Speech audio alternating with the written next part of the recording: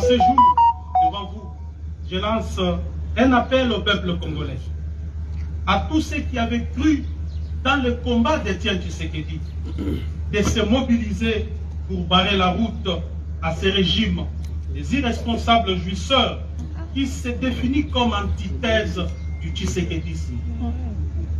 Ne pas les faire à pour risque de pérenniser la souffrance et le maintien de la République dans le sous-développement avec péril de plonger le pays dans une guerre civile inutile. M. Tshisekedi doit désormais savoir que cette manœuvre ne passera pas. Et je m'engage personnellement à affronter aux côtés du peuple cette machination. Parce que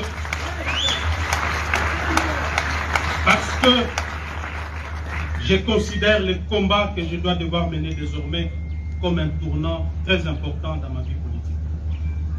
Mesdames et messieurs, comme vous le savez, nous avons aussi assisté à la reprise petit à petit des tares de dictature de triste mémoire. Le pays est en train de subir un recul démocratique honteux des restrictions des libertés d'expression. Et le peuple assiste impuissant devant l'émergence d'une néo-monarchie constituée d'une classe de mafieux fanatiques applaudisseurs. On constate la flambée des arrestations des leaders d'opinion et des atteintes à la liberté de la presse avec des intimidations de journalistes dont certains sont contraints à l'exil.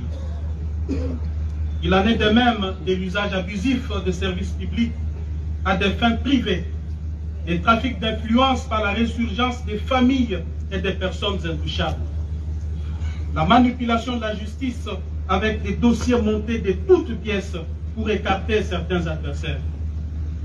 Et cela, ce sont sans doute des antivaleurs qui, des signes prémonitoires d'une dérive dictatoriale qui se décide. Pire encore, l'humanisation des services de sécurité est un contrat social conclu